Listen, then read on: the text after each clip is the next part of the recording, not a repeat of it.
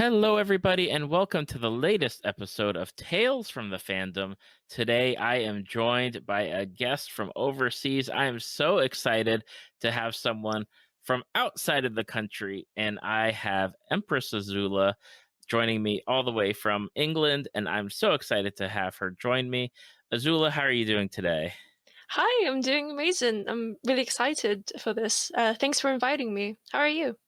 I'm doing good. I've been looking forward to talking to you for a while now. I cannot remember. Normally, I try to keep a note of like how did I stumble across like your account or your page. I don't remember if you had followed me first or I followed you, but I know it has to do with Avatar because obviously your Instagram handle is Empress Azula. hmm Uh, I love Avatar, and it's kind of like a match made in like it's just kismet usually of I love Avatar people, and therefore I must follow as many people as I can that love it too. Yeah, I think I do remember actually because on Twitter, right before my class was about to start for uni, I just edited a picture and posted it on Twitter, thinking nothing about it, right? And then I come back during the break and I get a bunch of messages, and I'm really surprised because I don't really post much on Twitter. And that's actually how I found you because I think you liked it. And I was like, wait, who is this? And I always try to like get to know everyone. And yeah, I thought that was a cool way to meet. I think I figured it out, and you jogged my memory. My one of my previous guests, Pre, who Yeah. goes by Cups of Pre, does a lot of sharing or retweeting of people's pictures, especially from diverse communities, especially diverse cosplayers that don't, like on Instagram. And I hate to say it, like the algorithm is very biased, hmm and I do my best to like get away from that. And I was so thankful that I stumbled across Pre and what she was doing for sharing out so many people, and I believe that's how I found and came across your picture. And one of the things I love to do besides hitting just the like button and moving on is I love to make a comment and at least be like, I really like what you did, or I love the cosplay, because I know how important that is for getting just like a positive comment about something that you're doing. Yeah. And I'm like, I'd have to tell people, and I loved your Azula cosplay, and that's what it was. Thank you. Yeah, I really appreciate it because I'm sure anyone does for anything they work hard on. Any positive comment just puts a big smile on your face, really lifts up your day. And I actually listened to Pre's podcast right before this one. So yeah, I think she's really awesome too. I was new in the Twitter community, like I said. I didn't really use Twitter that much because I occasionally forget my password. So then that's the only. And then I decided to use Twitter again because for Twitch, my notifications would just come late for some reason. So I thought I might as well follow people who I follow on Twitch on Twitter. And Hmm. then I stumbled across a sort of a post, and it says that post some of your cosplays and follow other cosplayers. I'm like, okay, this is a good way to get to know people, and that's how I found Pre actually. Yeah, and that is so awesome. I know it's wonderful to like start finding the communities that you can start like being like involved in and commenting on and talking to people. It's just so good, and I love just finding those communities and being like, hey, I love what you get to do, and even if it's just a quick like and a comment and Yeah, just go on. It's so wonderful to see everybody's work and what everyone's doing and striving for and getting out there. I feel like it just really helps because you know just that one like means a lot. Just one or Hmm. anything for that, it really helps. And I can't really say much about the Twitter algorithm. I don't really know. But again, for Instagram, the algorithm's a bit iffy. So Hmm. again, especially for any engagement, it's really helpful. Absolutely. I know whenever I have guests on, I always talk about like I like your posts. I'll comment on your posts. I try to share the posts out onto the story because I know how important it is for like that interaction on Twitter to work against the whatever the bias and algorithm basis is, and it blows my mind, but it it's something that I try to do every day is just go through and it's like, okay, like and comment, That's so share. good. That's so nice. We are obviously here. We have a number of different things we're going to talk about today. Mhm. And if you haven't guessed, if you're a listener and you haven't figured out what our first topic is going to be, let me reference back that I am talking to Empress Azula. Um, so therefore, we have to talk about Avatar: The Last Airbender. Definitely. Um, so I guess my first question to you is, how did you first get into the show? How did you stumble across it? Was it something that you got into like when it was on initially or later on in life? Like, tell me your story. So, when I was about year 3, year 4 in primary school, we had a small kitchen. We had a small kitchen. We had a small TV in our kitchen, and it was on a random channel. And I saw Toph in the episode where she was first introduced, the Blind Bandit, Hmm. and I thought she was so awesome. Just a kid like me holding up this big, not trophy, belt, and she's defeated all these really tough-looking people.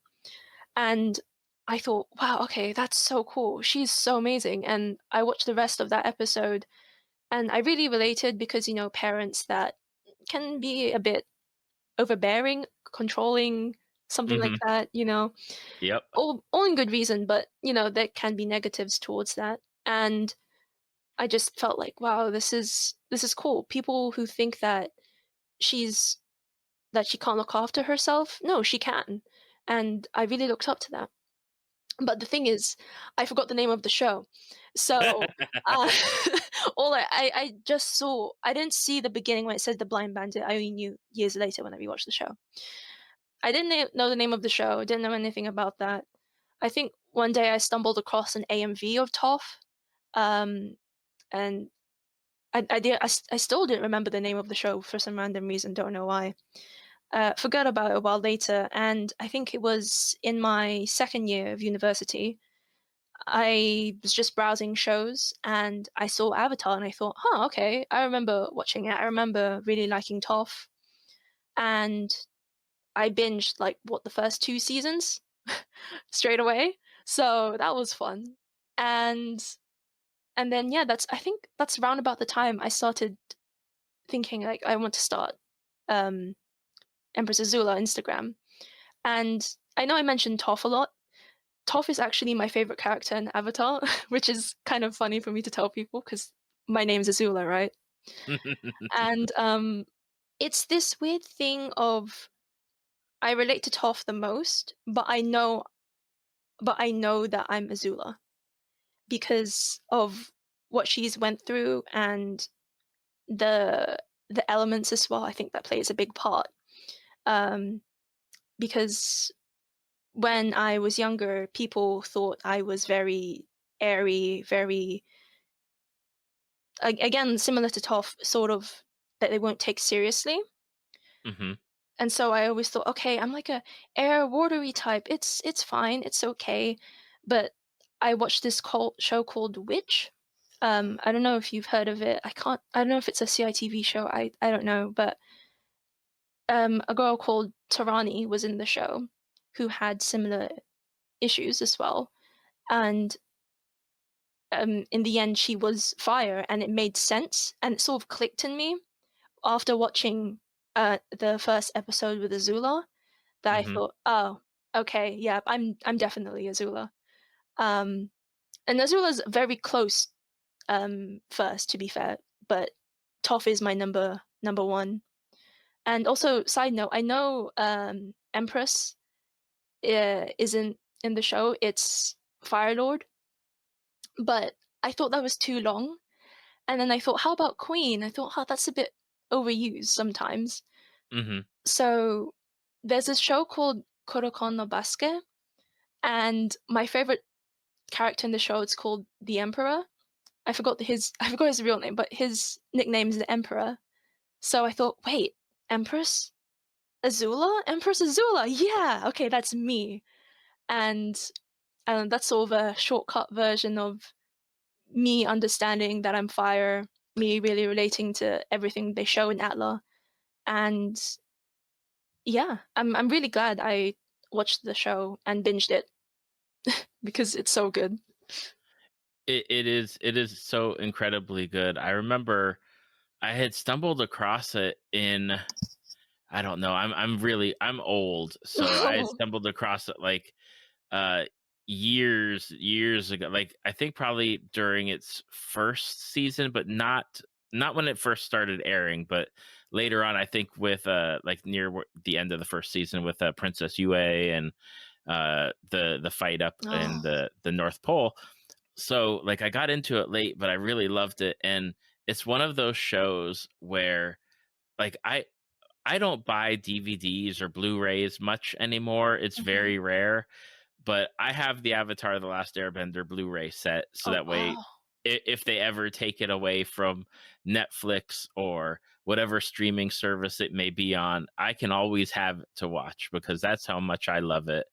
And I loved getting to share it with the kids when they were younger, because they fell in love with the show too. And there's enough characters for them to be like, oh, I love this character, I love that character, and this is my favorite character. And Aw. it's such a great show. And even like just rewatching it, you find so many different little things like, oh, they talked about this in season one, and then they bring it back up like in the next season, or at the Or like in in the Korra. fire season, or in Korra. Yeah. And I love just like those little tiny details that they just they have, and then they build on for later. Do you know what nation you are? I always say, like, no matter what I would personally want, like, I always feel I would be an earthbender. Okay. It's just how I envision myself. I see. Fire and earth, they are good together. They do work. They do work. That's right.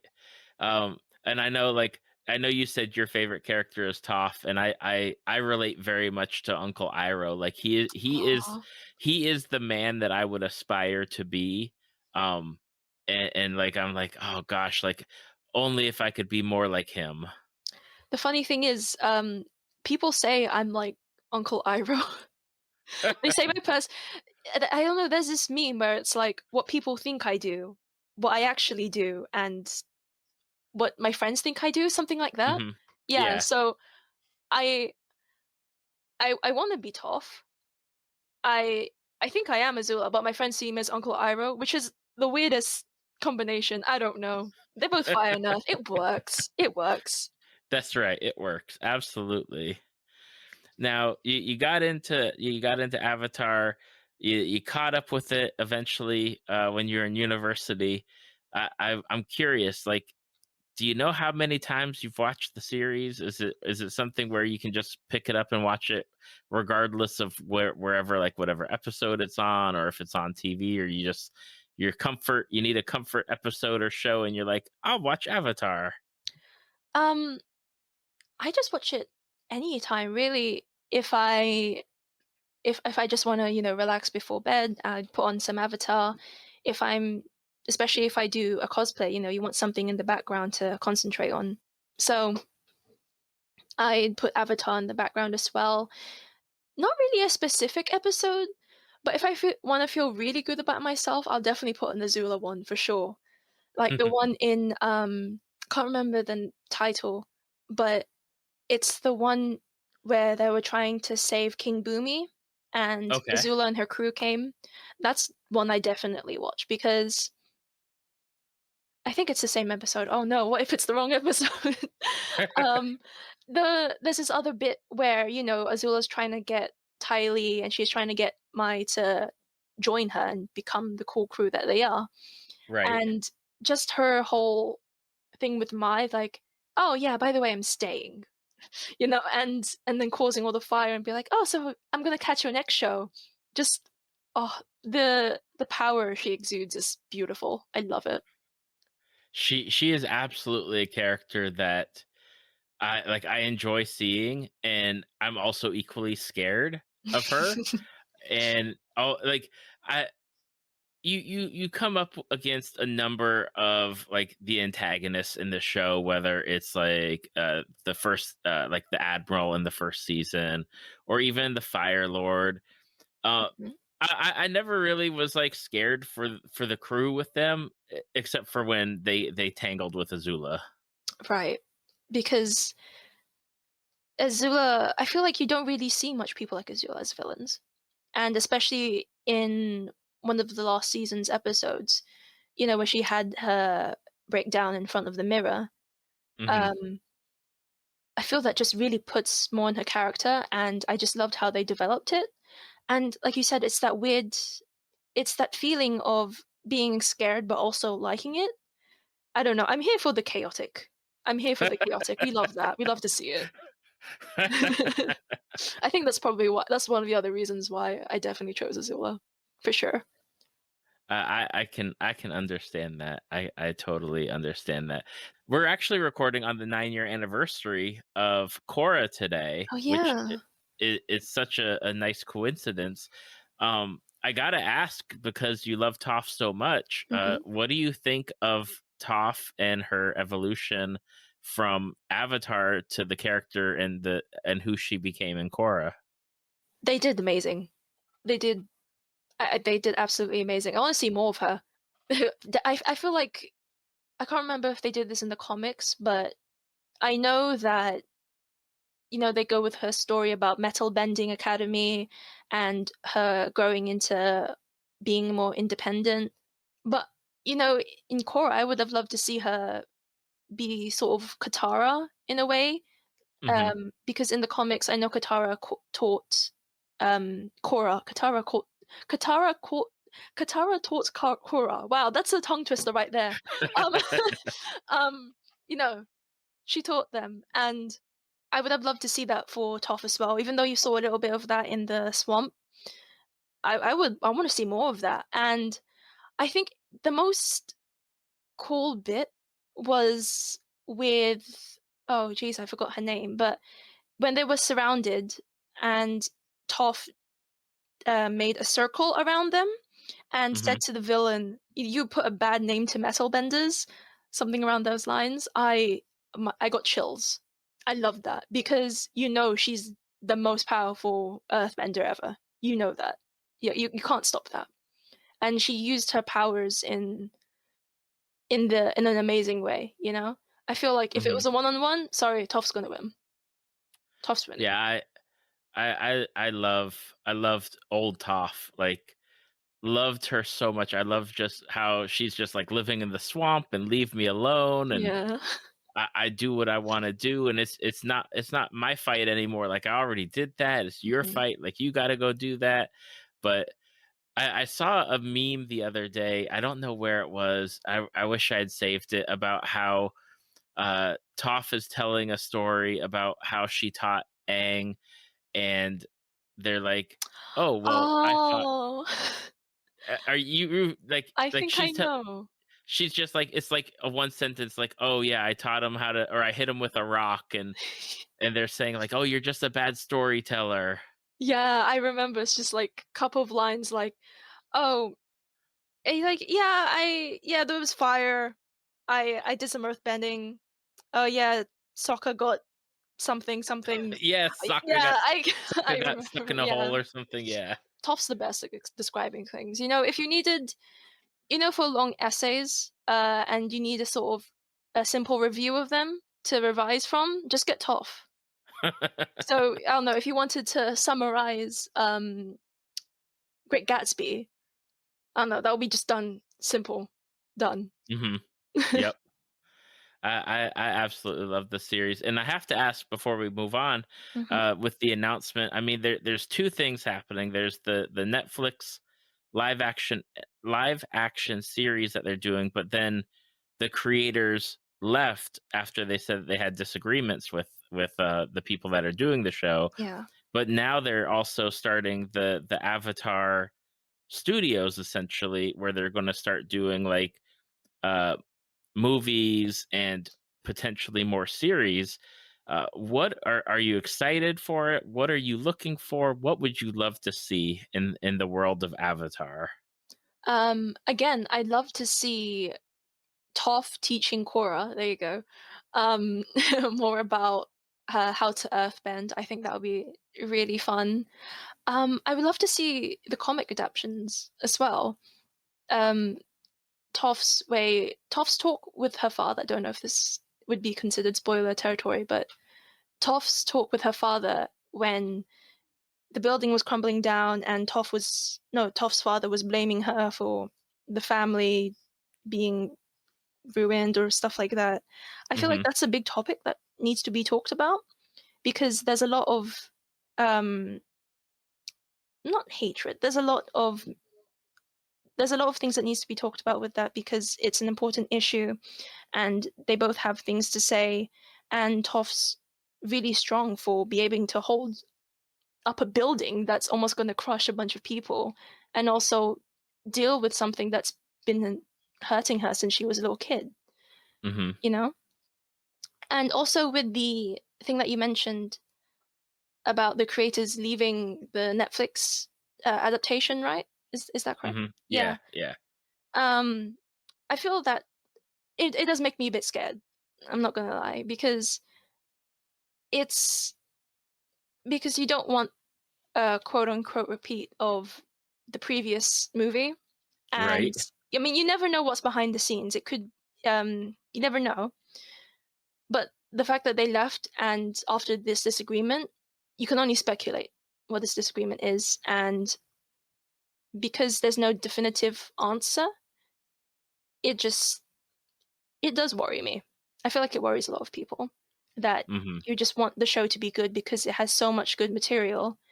And yet something like this happens. The creators of the show left. That's a big thing. That's a really big thing. And I hope they come back. I hope the show goes good. But either way, as long as both parties are okay, yeah, yeah, Absolutely. I know that I with Avatar especially there's so much love for the show and for what it did for like animation and world building and representation that there's just so much like protectiveness of you don't need to change anything. Like it pretty much is wonderful on its own. There's yeah. not much you need to touch. Just give it to us in live action version. We just want the live action. That's it. We want the materials there. Just please, Shia LaBeouf, just do it. It took me a moment. I was like, "Wait, Shia LaBeouf. I haven't seen any casting stuff about Shia Yeah, Shia LaBeouf." LaBeouf's gonna play Aang. No, Oh my I gosh. I'm too much memes are in my head. That's okay. I understand. There's like it's the constant cycle of which meme will I use for a response. I got it. So, but on top of Avatar, the Last Airbender, one of the fandoms that you're into is actually like two massive ones, but we're going to smush them together, Sure. unbeknownst to the people that love them. And I apologize to the people on one side or the other, but we're pushing them together, and that is the combined like DC and Marvel. Ah, yeah. Now, did you for either of them? Because we'll just go bounce between one or the other. Like, how did you first get into like whether it's comics or TV shows or movies? Like, where's your start in all of this? Um, so again, well, I feel like my kitchen TV just really gave me everything. A random channel was on, and it was the Batman animated series, Yes. which is one of the best, right? And there was a rerun, and I was again in year three and year four. Well, year three and year four were just the best years. Let's just call it as it is. Um, and yeah, I remember specifically Joker was driving in a car, and I don't know why his laugh. I just went, wow, this is cool. And I stayed for one episode, but I was a bit of an odd kid, and I just thought, okay, listen, I probably shouldn't be watching this as a kid. I should watch this as an adult because even though I like it, um, I'm scared how much I like it, and then I should be scared. And it's like the whole thing with Azula. You know, you should be scared, but you like it. You know, it's just that again. So I forgot about it, and I think it was in, I'd say, sometime in secondary school. I I stumbled across it and the Batman animated series again. And I do this thing of when you really like a character, you just look them up on Wikipedia and just find everything you want to know about them, which I did about Joker. And then I think not long after that, I bought Batman Arkham Asylum and I played the whole game. I rarely finished games at that in those years because just time. And that was the very first time I finished a whole game, and that's when I knew, like, okay, I'm staying here for sure. I found out all the lore and everything, and sooner or later that led me to Harley Quinn, and I love Harley Quinn. I didn't think she she's just like a role model and everything in one. I absolutely adore her. Um, what they did for her in her Harley Quinn animated series, I think, is one of the best portrayals of Harley Quinn ever. Also, Margot Robbie, the I feel like she's one of the best actresses to play her as well. Those two um, just stand out to me, and I love it. I cosplayed uh, one of the Birds of Prey, no, two of the Birds of Prey Harley Quinn outfits, her roller derby one and the one in a gold dungaree. I think it's a dungaree. I think that's what it's called. Yeah, and hopefully one day to cosplay a Harley Quinn animated series. Also, with the new Suicide Squad movie trailer that came out, I Hmm. find it funny because King Shark, from what we see, is a lot like the King Shark in the Harley Quinn animated series. So I'm also looking forward to that.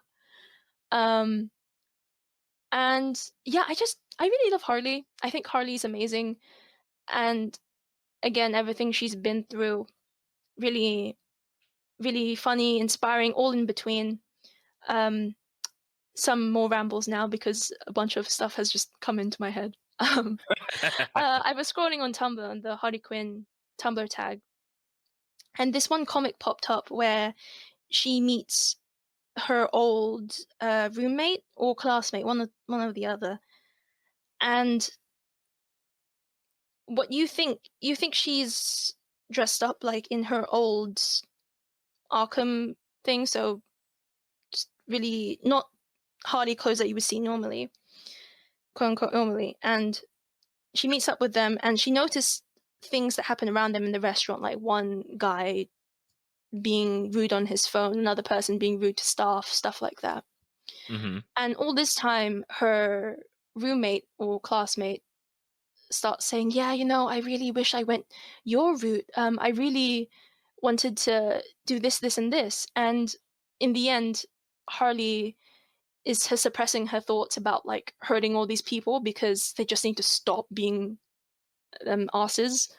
Right. And in the end, she just sort of gets up and says to the roommate, "Look, I know that I'm different and I'm okay with that, and so should you." And she was like, "Okay, cool.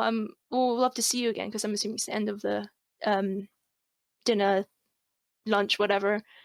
And it's sort of a moment of Harley Quinn accepting and telling others, just it's okay if people don't accept you how you are, as long as you're doing you, and you're okay.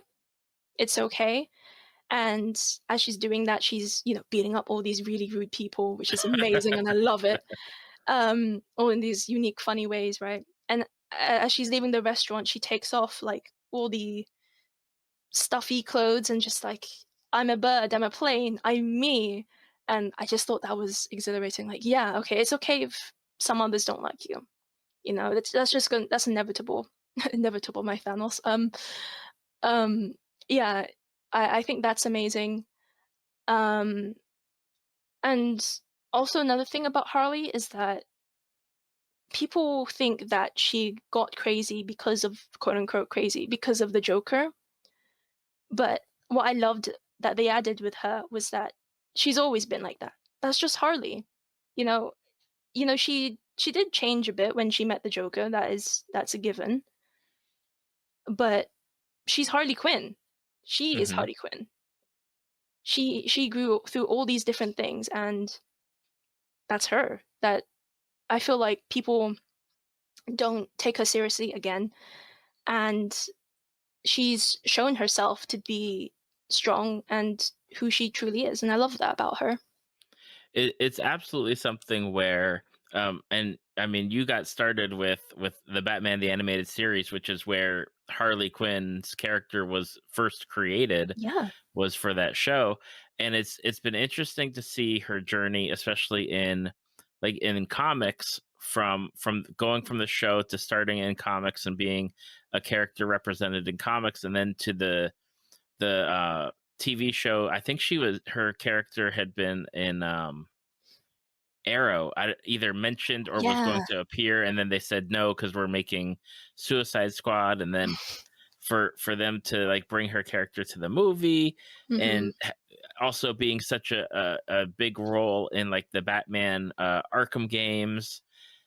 It's been so interesting to see her develop as going from just like Joker's sidekick, or I don't know if I can say like love interest, but there's like Yeah, it's a bit that's a bit iffy, hmm that's not cool, I get that. Her journey has really changed, that is true for sure. yeah. Um, because I can't remember the exact wording, but I remember watching something and they said they created Harley because Joker needed, a female villain to work with, and I was like, okay, cool. At least it's somebody who's a really good character, and I feel like just the way they've developed her into to show that yeah, she is her own person. People, come on, um, is amazing. It's beautiful.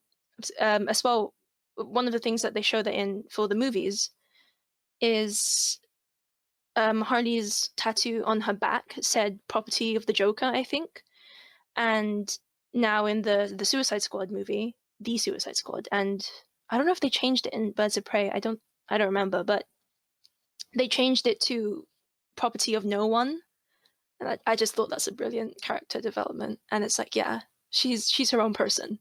I love that. Absolutely. And I know Birds of Prey came out at such a weird time because it was like right before, like I Ah, think it's right before like COVID lockdown, mhm. and I had wanted to see it in theaters and didn't get to until I think last year when it finally hit the streaming services, and I was like, dang, like this is such a great movie, and not Right? it's not just a great Harley movie, but it's a great like team up movie with these other characters, and I Mhm. really hope, on top of like this next Suicide Squad movie, I hope that we get some continuation of like her character and then the rest of the Birds of Prey too. Yeah, I really that movie was amazing. I'm not gonna. I had some lower expectations because number one, I didn't want to get myself too hyped up. That's just a generic rule. Right. Um, but when I went to MCM London, their promotion for it was this photo booth, and the Friends couch. They had that, but the Birds of Prey just sitting on it, and then you could be in the picture too. And the quality of that just wasn't really good, and I didn't like how they framed it. It made it. I felt like it was too comedy. Hmm. And I thought, where's the action? I don't know.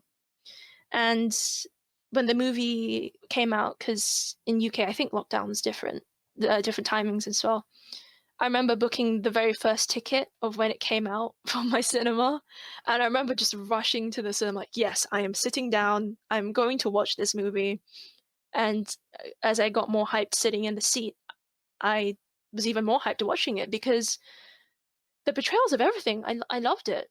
And the fact that, to share the screen with other awesome um, heroes just makes sense because It's funny stories, it's heartbreaking stories, it's everything in between. It's just going through that journey and you being going through that journey and knowing that you went through all of that and you're an amazing person. You did it.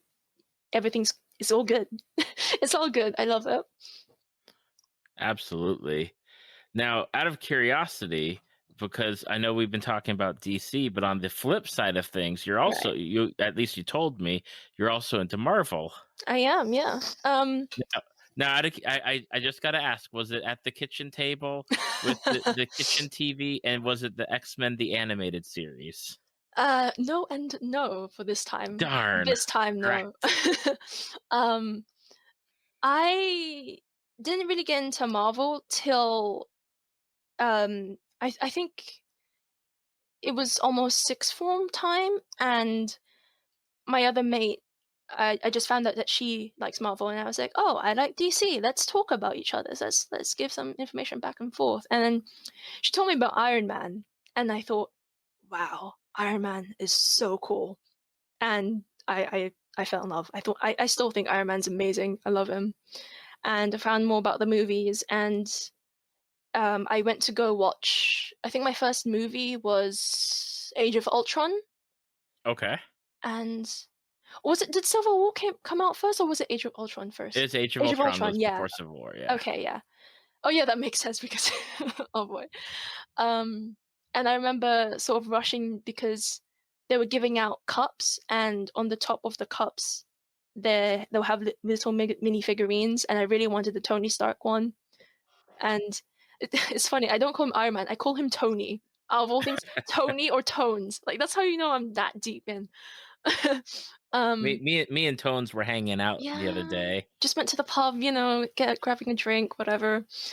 Um, And yeah, I in the end I didn't get Tony. I can't remember which character I got, but I remember liking that movie, and I thought, okay, this is cool. I wasn't that into it, but I did keep up to date a bit till till around about Batman versus Superman came out. I was not gonna lie, I was a bit disappointed to say the least, Hmm. and I didn't really want to watch any DC movies at the moment because I don't know. And my friend was like, "Hey, let's watch some Marvel ones." Okay, and that's how I really got into it. And yeah, not to say that I don't like DC movies, but that was just the little dip into. She found her way to try to get me into Marvel.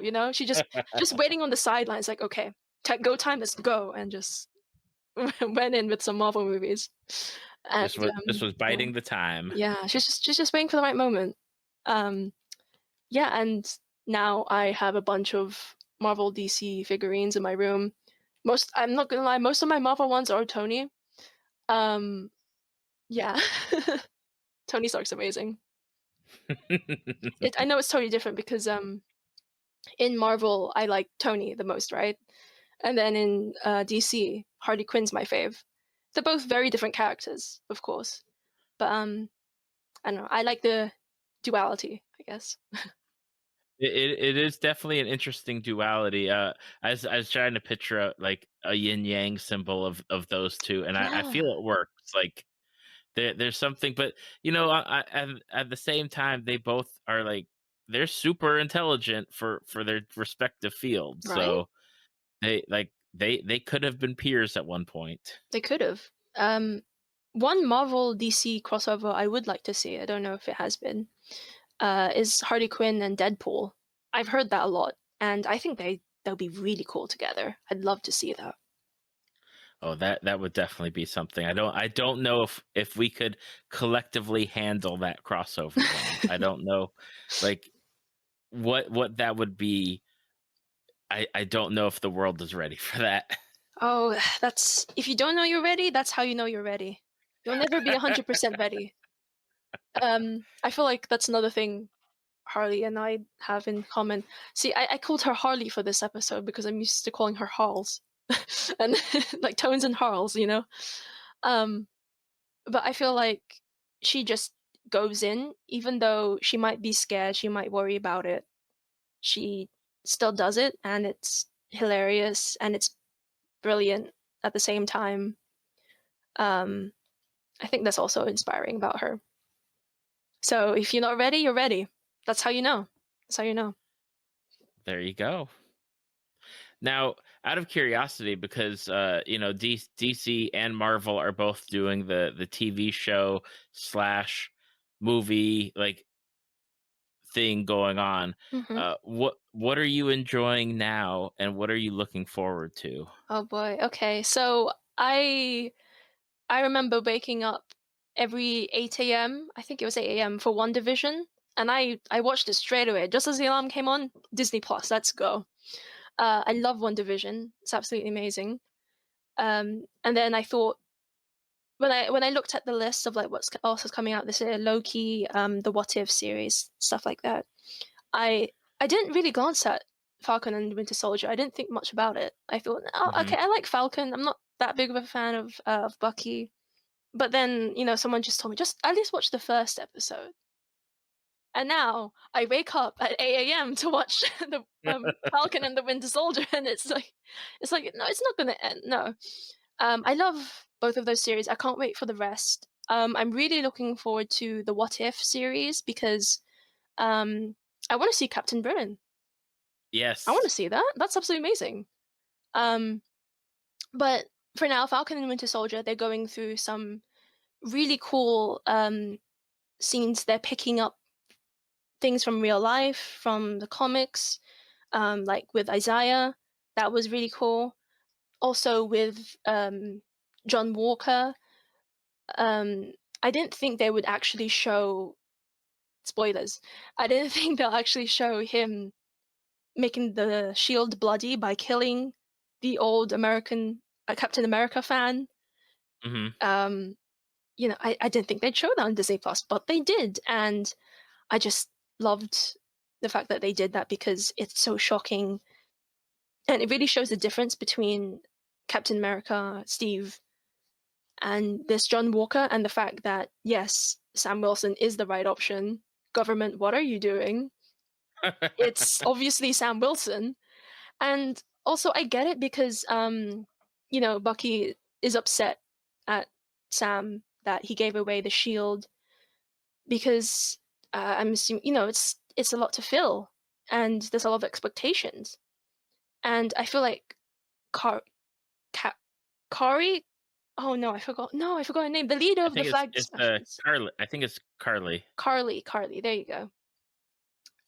She had her talk about, the shield was of a bygone era. I think that's what she Hmm. said.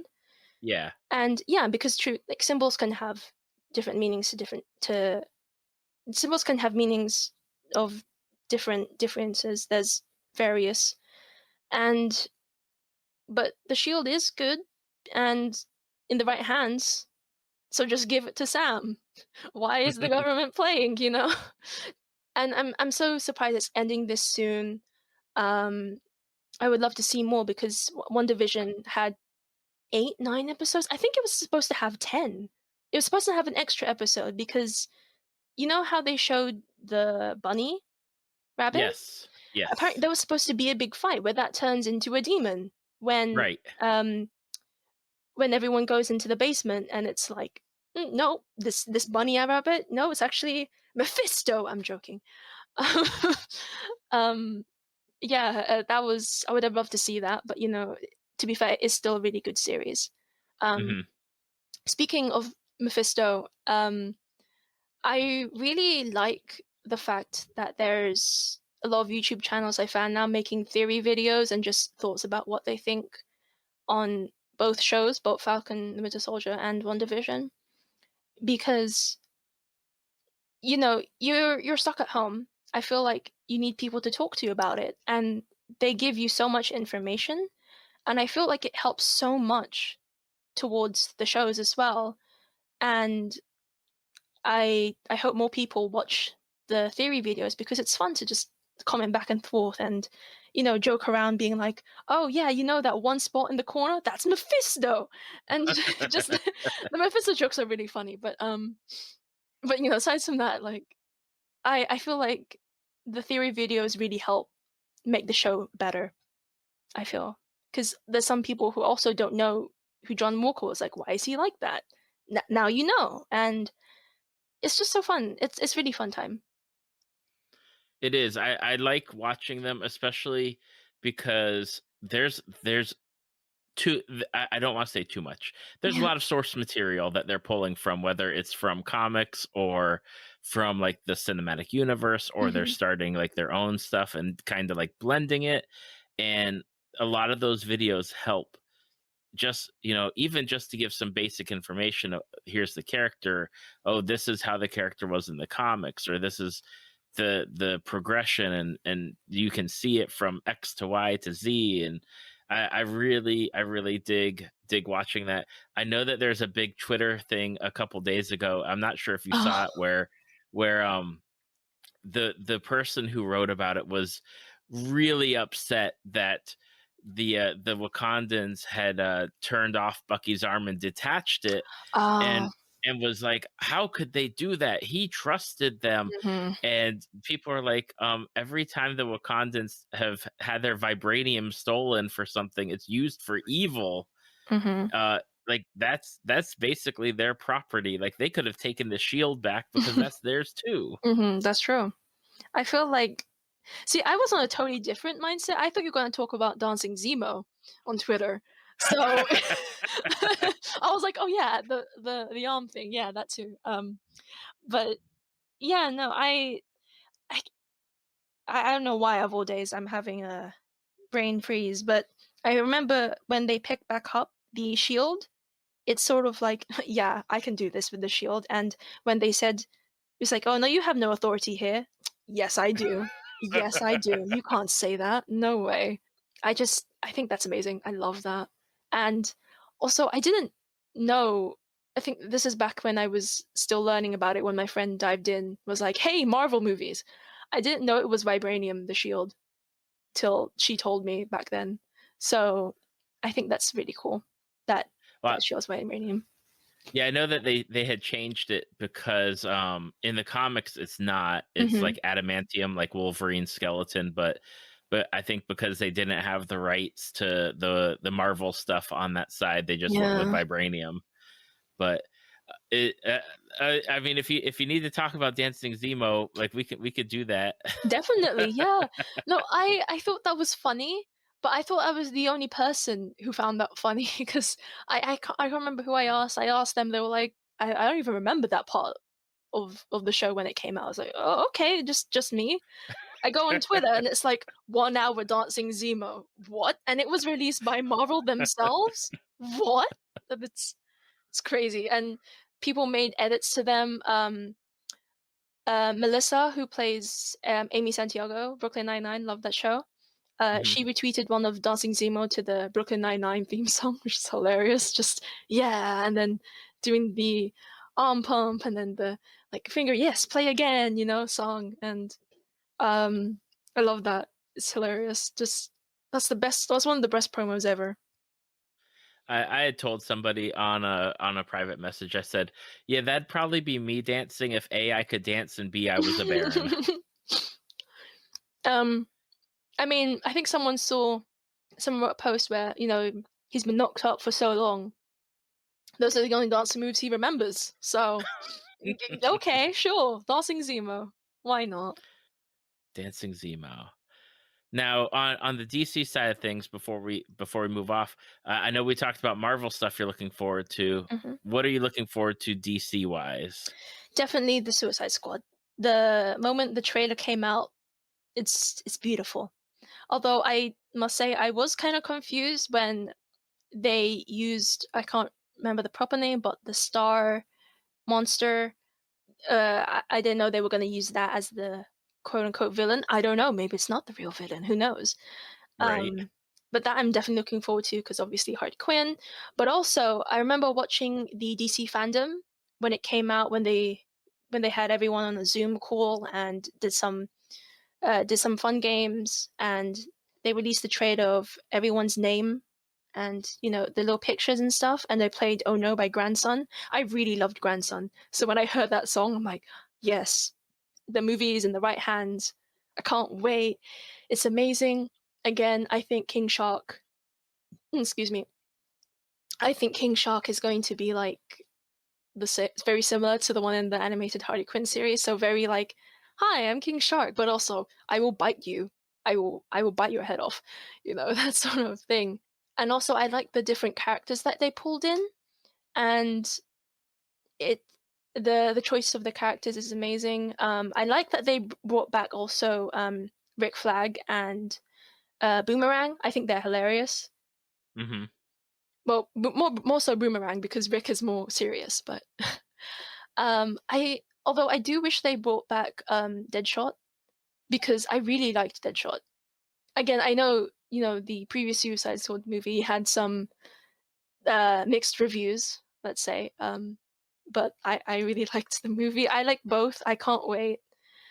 Bring all the characters, I'd say. We want all the characters. But yeah, I'm really looking forward. Harley Quinn, King Shark are my main ones I'm looking out for. Um, Harley Quinn biased, not gonna lie. Yeah, and the promotion that they did for this movie, I love it because again, DC fandom, they brought up a lot of hype. They used Grandson, which is amazing. And then two new trailers that came out, one of them, what was it? Harley Quinn said, "If you cough without covering your mouth, you're dead." Something like that. And I think this was filmed before COVID news. So the fact that that line was put in here, I was like, yes, see, you should have always covered your mouth when you cough, please, and just keep safe, everybody. And I love that part. And also Peter Capaldi. Oh my gosh, yes, Peter Capaldi. I'm a big Doctor Who fan. So when I saw Peter Capaldi on the names list before they did DC fandom, I went, him? What? Who's he gonna play? That's confusing. Okay, I mean, obviously who Rick Flag, Harley, and everyone else would be, but Peter Capaldi, like who's who? And it makes sense that he's playing, and I can't wait. Again, big DC and Doctor Who fan. Very cool. I know I saw the preview for Suicide Squad, and I was like, I don't know who King Shark is, but I'm very entertained by what they gave me with King Shark, and I'd like to know more about the King Shark. Yeah, just hand. Yes, that is your hand. Oh, cute. The next scene, just him biting the man's head off. Yeah, just normal King Shark things. Yep, and I've heard the Harley Quinn animated series is really good, so I need to watch that too. Oh, it's beautiful. I haven't. Well, I got told this because some friends of mine watched Big Bang Theory, Hmm. and one of the characters for Big Bang Theory plays Harley Quinn. Yeah. So you might know them. I think that's really cool. Um, Again, her voice is amazing. Oh, that's it. So, just side note, my real name's Bernadette, and the reason why I haven't watched Big Bang Theory is because there's also someone there called Bernadette, and I don't want to watch Yes. the show because of that. Because it's more of a fun thing. But when you're in school and or back in the days when the kids would turn around and be like, "Wait, that's your name!" If they would say your name out loud, they would just turn and stare at you. I get the Hmm. same thing for Big Bang Theory. It's like, "You watch Big Bang Theory, Bernadette?" I'm like, "No, stop, please. I'll watch in my own time. Please, just let me, just let me watch." Um, but yeah, also they do a lot with Batman and Gordon as well in Harley Quinn animated series. There's one episode titled "Jim Gordon, You're a Damn Good Cop," and Hmm. I think that's a really cool episode as well. It's more of a side episode because Harley Quinn isn't in it, but if you see the beginning bit of the two fans talking on the couch, you'll know what I'm talking about. It's funny. Do let me know when you've seen that episode, especially. I will let you know because I've been sadly addicted to like some old reality TV shows that are on the Paramount Plus network, which I didn't realize I had, but Oh, apparently I did have. And I've been going through it. It's like, okay, I need to stop and like break out into other TV. Yeah, that's true. That's true. Oh, speaking of TV, Gotham series. Have you seen that? I have not seen that. Oh no, it's beautiful. The because a lot of the villains' backstories have Batman somewhere in it, being Batman himself. Hmm. And then when Gotham came out, they said that it was going to be focused on Jim Gordon, and Batman will still be well, Bruce when he was a kid. Right. And everyone's like, "What? That's weird. Why that show is going to fail?" No, it's the most beautiful TV show ever for DC, in my opinion. My opinion. Um, what they did for the characters' backstories and how Batman ties into it, Jim Gordon, they did everything right. They did everything right, and I hope that they bring it back. I've heard rumors um, that they might do another Gotham, but just completely new Gotham, Hmm. and I don't want that. Bring back the old characters, please, because everything that they did for that was amazing. And they made, for example, two different Jokers. So the Jokers were twin brothers, but oh, I don't know how much I want to spoil here, but the the Jokers were really good. Um, they showed Bruce in a different light and him going into his character as quote unquote Batman or just getting used to the environment around him. Um, what they did for Barbara, I love Barbara. She's one of my favorites. So, ooh, okay, Gotham. My first favorite is the Joker, and then Barbara, and I think Riddler after that. Um, they do amazing. And what I found interesting was that the actor who played Riddler, from what I heard, he didn't like watch old shows of the Riddler or like looked at any background material or much background material. And yet his Riddler is one of the most popular Riddlers ever. So DC, bring back Gotham, please. It's amazing. I will have to check it out. I've heard good things about the show. I know my brother-in-law had said a few times, he's like, "Are you watching it?" And I said, "No." He's like, "You need to. You need You need to. to." It's on Netflix. There's just so many things. There's so many things that I have to watch. Yeah, that's true.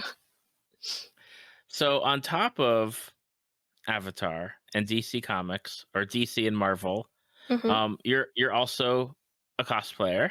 Yes. How did you get into doing cosplay? The world wants to know. The world is in my podcast. um. So I I've always cosplayed since I went to my first MCM London con, and it's it's like it was probably just casual cosplay. It wasn't like proper cosplay. I never really took it that seriously till, well, the convention before COVID, actually, in I think it was August. I just thought, oh, I really love the the Suicide Squad Harley Quinn gold dress that she wore in the club, and Hmm. I thought, just why not? I've seen tutorials online. I kept watching the same tutorial over again and again. Just do it. And also my friend, Madame Bella cosplays. She's been cosplaying since forever. So I just thought, she's doing it. She does amazing. That just pushes me to do something. I'm gonna do it. I'm gonna do it. So I bought the materials online, put it together, made some mistakes that I shouldn't have because back at that time I was in uni accommodation. So I didn't have my sewing machine on me. So everything I did was by hand. Oh And my gosh. I'm um my my background is in product design. So there's some design elements involved, and when I was making props and all that, I like just making it and figuring out. I don't usually like following a list. So, for example, when I was making the bat, I decided to make it out of cardboard, and I think it looked pretty good. But when I did the dress, because well, no, I skipped a bit. I didn't know I skipped a bit. It sort of broke off at the edge, and I thought, oh no, I need to just stick to it because, especially me not having a sewing machine, I just need to do it. And in the end, the dress was strong enough. It looked fine, and it didn't break off at the convention, which is the most important thing. So, um, yeah, and also I remember that day. I went because I lived far away from uni accommodation, so I had to take the coach. And I remember wearing the dress underneath my gigantic coat, which made me really warm. Which is weird because that dress usually it's cold when I wear it, especially Hmm. because it's metal. Um, but when I wore that dress over, no, when I wear the coat over my dress, I'm on the coach. I'm thinking, oh, okay, I'm warm. This is weird. Why is everything? Why is it not falling apart? Why is this not happening? Why is this not happening? And then I get to the con. Some people recognize my cosplay, and that's always the best thing for people to recognize your cosplay. And yeah, that's when I think I started Empress Azula. Before I actually wanted to do um, Star Guardian Lux from League of Legends, and then again I changed my name to Empress Azula. Right before that, um, what also helped me to get into cosplay, I'm really into the Life is Strange series, and so is my mate Bella, and so I decided to cosplay as Brooke from the first one, and in the meetup, in the meetup that she planned with one of the people behind the game as well who came to the con, he really liked my Brook cosplay. It's like, I've never seen a Brook before. That's so amazing. And I felt really happy about that. They also gave us some freebies. Like I got on over there on the table, Life is Strange Max notebook replica, which is really cool. I can write down stuff in it. Above me, I also won this wooden heart, and it says has Life is Strange on it.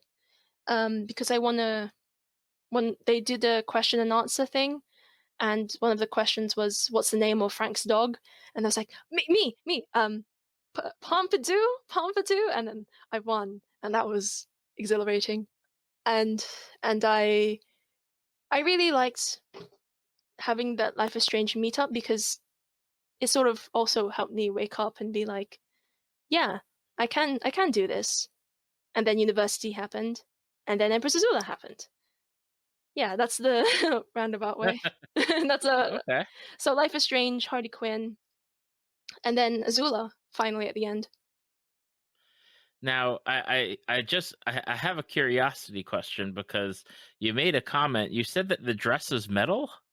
Oh, okay. So, um, Harley's dress is like made out of. Oh, I should know this. I'm a product designer. This certain metal material, but it's a fake metal, and it's these little gold circles connected to each other that I bought, and it was just one gigantic. Uh, I wouldn't say fabric because it wasn't a fabric. Just this gigantic sheet of circled metals put together that I Okay. bought, and then I made my own straps, um, and then I painted black diamonds on it because that's what she had, Right. and then I put fabric on the inside of it because it's very very cold, and that's why again I was wondering on the coach, why is it not breaking? Why am I not cold? But yeah, gold metal. I bought it from AliExpress. I followed this a tutorial that I found on YouTube, which is very interesting and very helpful because, like I said, I just like to put stuff together and think, oh, okay, maybe I can change it like this.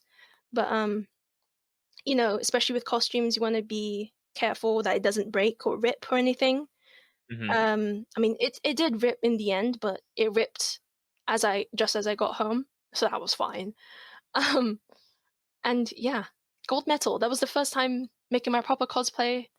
It was gold metal, out of all things. So why not? Well, my mind is just blown. So I'm like metal. Oh my gosh! Like, It wasn't like some, you know, soldering thing, but nah. I mean, one day I hope to make a some cosplays with electronics in them. That's one goal of mine for sure. okay. Now I'm looking at your Instagram because it's super helpful to always look and see what stuff you have done. Yeah. You've done a number of different Harleys, different varieties of Harley. You got a Sailor Mars in there. You've got Poison Ivy. You have Raven. One of the characters, and of course, I should not even. I don't know why I didn't start off with Azula, but you have Azula in there.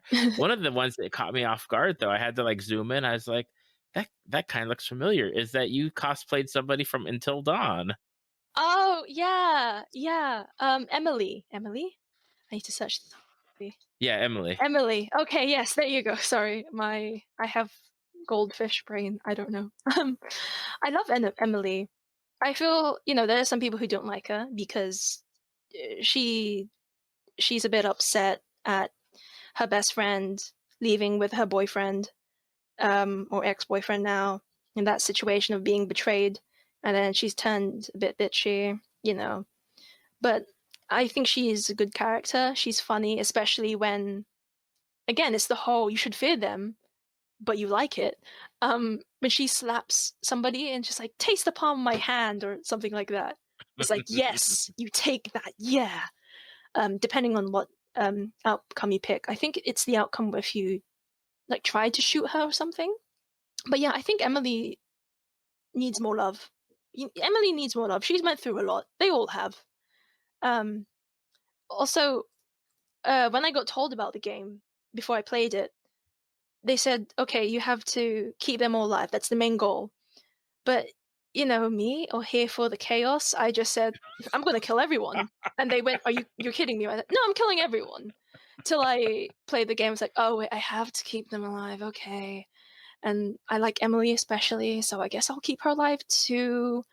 And I love that game. I think I kept I think everyone was alive in mine, actually. Or I think in the second playthrough, I think I got Jessica, that's her name. I think I got Jessica killed by accident. I think it's the bit when the voice happened and you follow the voice and then you realize it's the Wendigo. Because Hmm. I knew in the first time, I thought, no, that's fake. I thought maybe it is the Wendigo, and I was in my second playthrough. I thought, no, I'll just check it out. I thought, I'm right, yes, and then um, I felt happy about that one. Um, I feel Emily needs more love, honestly, and especially Josh. Josh is the brother, am I right? The one who didn't survive. I cannot remember. I We just played it last year, I think, Oh. and like my wife was the one telling me like what to do, and I was the one like actually doing the controller, Hmm. because I don't like scary stuff, and it had scare jumps, so it is enough for me. I was like, okay, let's take a break from it for a little bit. But I think I only survived with like 3 people. Oh, which three people? I don't remember. I just remember like it's at the end where you're like, oh, you can delay or you can try to get out, and then like Oh, at the we cabin. chose to get out. Yeah, at the cabin, we chose to get out, and we didn't realize like if we had delayed a little bit longer, we could have saved a few more people. Yeah, that's always the hard part. Um, I wasn't obvious either, but then I think at that point, because I didn't know whether to do like to go at that time or not to flick the switch when Hmm. to almost kill people. Um, I I was in that same mindset of, man, I'm tired. I'm just gonna kill everyone. I don't care. So that's why I delayed, and then that was the saving grace. So, you know, um, I don't know. In another save through, I might just flick the switch sometime. I don't know. We'll see. But the one person I want to save is Josh, the brother, who didn't make it in the end. Hmm. And I don't like you. I don't really like scary games that much either. But if I don't know, I think I watched Jacksepticeye play a bit of it, and also people told me to play it. So I definitely tried it out, and I liked it. It's scary, but you like it, like Azula. Absolutely. Now, out of your cosplays, Mhm. do you have a favorite? Like, is Azula your favorite cosplay, or is it another one? Azula for sure, but very very close is my Harley Quinn club cosplay, because sentimental value, of course, like she was the proper first one that I did. Hmm. Um, and also because it's Harley Quinn. I'm very Harley Quinn biased, as you can see on my Instagram. I should be Empress Harley at this point. I've been asking people, should I just change my name? Nope, stick to Azula. All right. And also with Azula, my first cosplay of her, I made it out of cardboard, and I didn't know what I was doing because I couldn't afford the foam at first. And then finally, when I managed to try it out with foam, it looked so much better, and I felt that sense of, wow, I could do this, and I've learned from previous things. So, for example, I don't like Velcro. Velcro is, I don't know, maybe it's just my luck. Every time I use Velcro, everything rips apart. So you have the two pieces stuck together, and then on the either side, that's what connects to the fabric, right? So you can pull it out and put it apart or whatever. When I did that for my previous Azula cosplay for the armor piece, everything would fall off. So the Velcro stuck together. The Velcro is still stuck together, but it's not connected to the fabric. And I thought, maybe it's because I didn't sew it.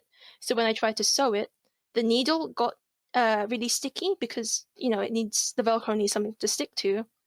And then, that got ruined because I couldn't put the needle through, and I just wasted the needle and some material. And I thought, okay, I'm not going to do this for my next Azula cosplay. And then I found a way to connect everything, but not use Velcro, and just find stuff around me that I have. That's also one of the things I like about product design as well, which I feel like is always handy for my cosplays. Just finding stuff around me and thinking, can I use this? Okay, and I'll try. And you live and you learn things. A- Absolutely.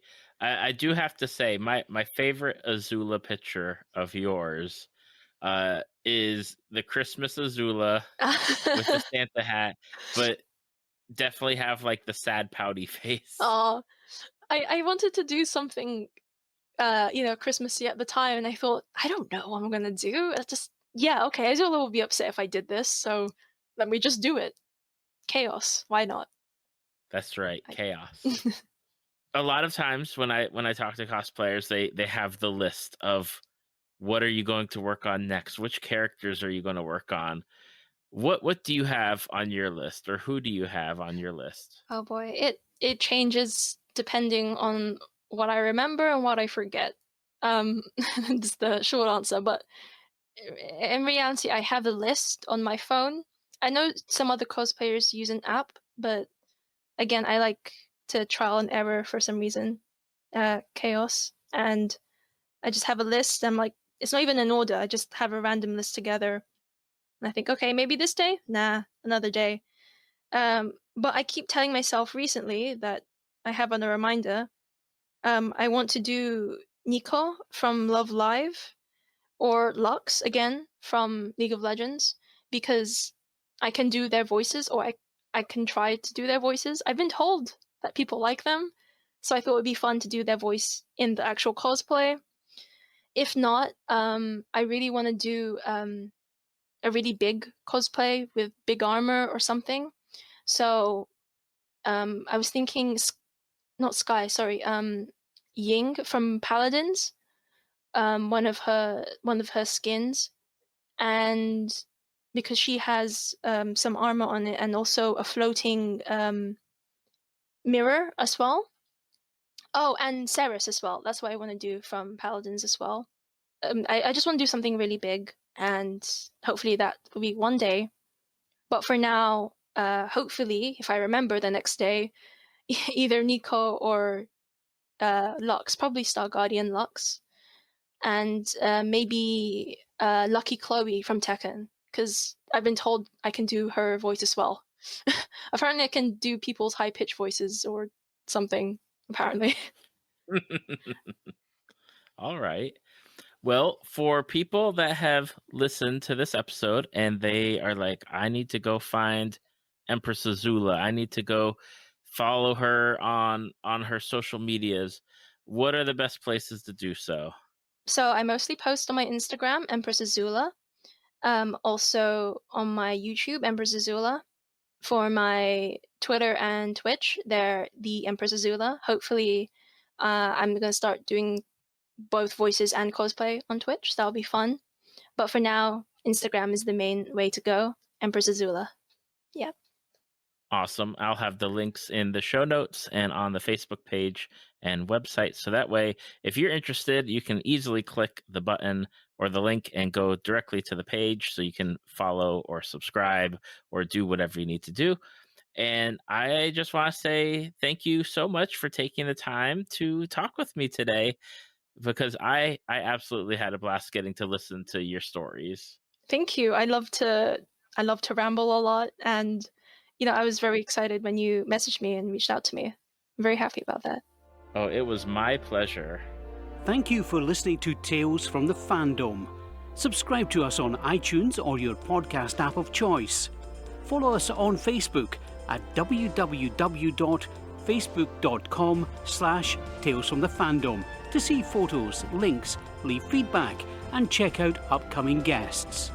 If you'd like to be a guest, email David at talesfromthefandom@gmail.com.